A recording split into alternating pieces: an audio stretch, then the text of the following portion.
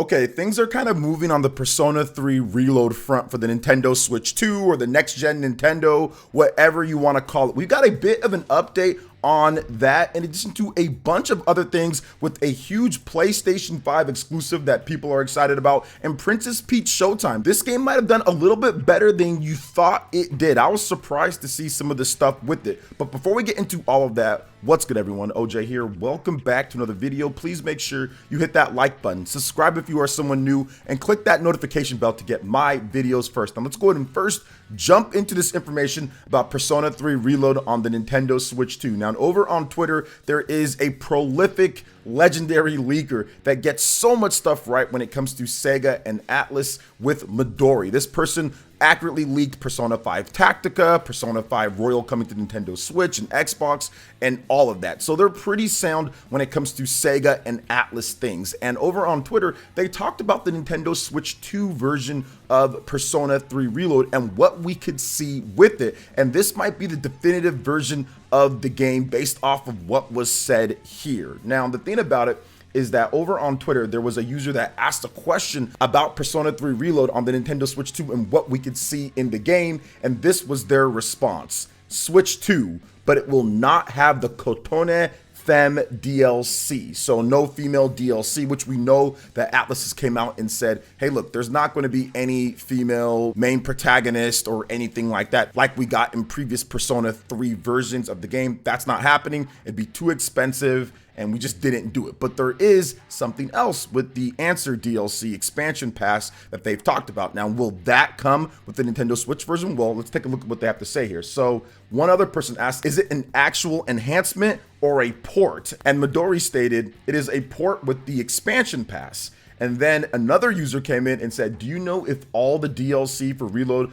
will be included in the Switch 2 version like Catherine or Persona 5 Royal when it came to Switch? And then Midori said yes. So now we have a pretty good confirmation here, or at least a pretty good source, that not only is Persona 3 Reload coming to Nintendo Switch 2, but it will come as the complete or definitive version because everything's going to be packed on there, hopefully all on the cartridge. That would be the most ideal thing, to where you can be able to play all of that content right then and there, no updates needed. It's all complete on whatever media Nintendo decides to do, which is going to be very interesting because how fast will that media load? How much storage will it have? These are all things that we just don't know at this point, and I think that's going to be one of the biggest things for the Nintendo Switch 2 is how they handle physical media, how they handle loading. How is it going to be in comparison to all the other devices that we have now at this point? So I'm really looking forward to seeing exactly how all of that works out. But I've been playing Persona 3 Reload, had to put it a little bit on the back burner just because there's so many games that have come out. But Persona 3 Reload is a phenomenal game. It's so good, and to be able to have it on the Nintendo Switch 2 anywhere that you want, you can play it on the go, at home, whatever the case is, that portable screen, whatever they decide to do, I think it's going to be a great experience because I tried to do it on the Steam Deck and the PC, and for me it was cool, but I think I'm just gonna wait for the Nintendo Switch 2 version to really experience it with all this different content instead of buying the expansion pass and doing all this other stuff. It might just come everything on the cartridge right then and there, which would be my ideal version of the game. Everything complete, no other updates, it's all loaded right there on the cartridge, complete right there, physical as well. So to me, that would be the definitive experience for myself, at least. I know everybody doesn't feel probably the same way with graphics or whatever it is, or whatever you can compare to Xbox or PlayStation, but for me, that would be the definitive experience. So I'm hoping all of this is true, and I think that Midori's track record will prove to be true here because they were spot on with all the other Persona stuff that they've talked about for years now at this point. But let's talk about something else that's been in development for years now, and that is Stellar Blade. But a nice, I guess, not surprise because it leaked beforehand accidentally, but now we have an official date for the Stellar Blade demo. It's launching on March 29th. That's going to be this week on Friday. They're announcing a demo multiple days in advance for some reason, but hey, Sony, they can do what they want here. So we've got some interesting information too, because that data does carry over to the full game. So publisher Sony Interactive Entertainment and developer Shift Up will release an official demo for action-adventure game Stellar Blade via the PlayStation Store on March 29th at 7 a.m. PT, 10 a.m. ET, the companies did announce. Now, the demo features a portion of the game's first section up to the first boss fight, and save data can be transferred to the full game when it launches. Now, here's a little bit more details from the PlayStation blog and the director himself on the game. The demo takes place from the very beginning of the game when Eve, a member of the 7th Airborne Squad, is sent to Earth on a mission to reclaim the planet from Nitiba up to the first boss fight. The first stage will include the tutorial phase to help you familiarize yourself with basic combat features as you explore post-war Eidos 7, a human city now infested by the Nitiba, giving you an early grasp of gameplay mechanics that will serve you throughout the game's story. We also have a little surprise included for players who complete the first stage. From the smooth 60 frames per second combat to the haptics you'll feel through the DualSense wireless controller. There are various charms of this game that you can only confidently appreciate through hands-on experience. For those who complete the demo stage, you can carry over your save data when the full game releases on April 26th, starting from the last checkpoint. Please note that the save data must be stored on your PlayStation 5 system. Now, Stellar Blade demo will be available starting Friday, March 29th at 7 a.m. PT, 2 p.m. GMT. Now, alongside the demo, the full game will feature the following language options. You got voiceovers in all of this right here: Korean, English, French, Italian, German, Spanish, Brazilian, Portuguese, Latin, Spanish, Texan, Korean, English, United States, French, Italian, and so much more. So yes, this is great to see. I'm really looking forward to the Stellar Blade game, and at this point, between Paper Mario the Thousand Year Door and between probably Metaphor Re-Fantasio, this is kind of like my next big, most anticipated game. Now, I was kind of missed on the hype for Dragon's Dogma 2 and some of the other games, Rise of the Ronin. I'm looking forward to playing those games at some point, and of course, Princess Peach Showtime, which we're going to talk about in just a bit. But for me, this is probably like the next big hype game that's coming.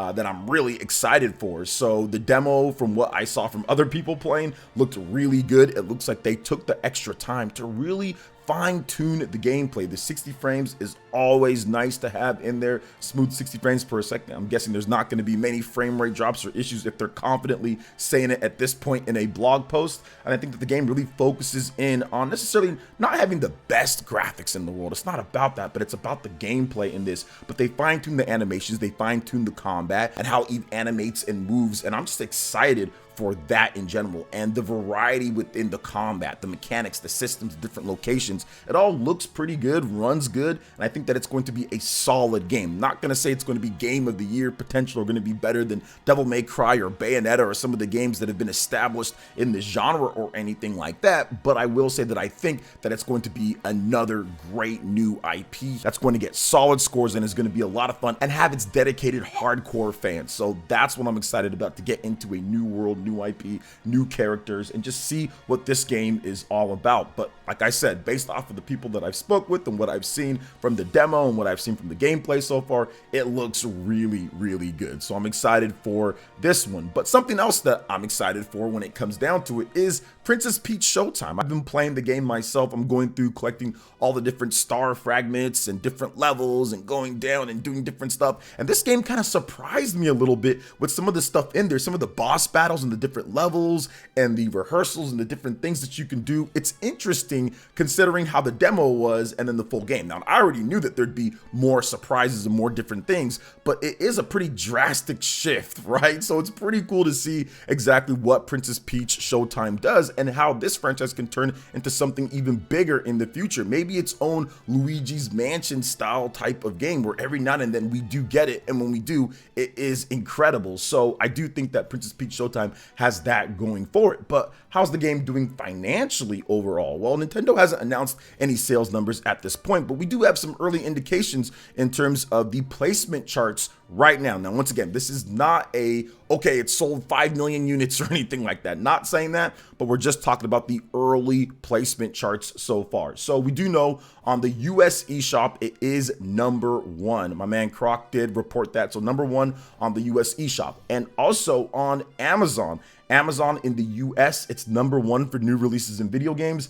Amazon Japan, it's #1 for new releases. It's pretty cool to see Rise of the Ronin and Princess Peach Showtime, both of them at #1 in the hot new releases. And in the UK charts that released this week, it's #3. So right behind Dragon's Dogma 2, right in front of Hogwarts Legacy. So very interesting overall. And another interesting side note here, I guess, Rise of the Ronin was #5 in the UK charts, and Hogwarts Legacy, it's #4, and 45% of those sales at least are on the Nintendo Switch, about 34% on PS5. So a lot of people are buying Hogwarts Legacy in the UK on the Nintendo Switch. That version seems like it could be a million seller overall, million seller plus at this point, and it came out much later compared to the Xbox, PlayStation, and PC versions of the game. So very interesting to see Princess Peach Showtime kind of doing some pretty good work here overall. I'm excited to see, like I said, what could happen from this franchise, and I want this game to do really well.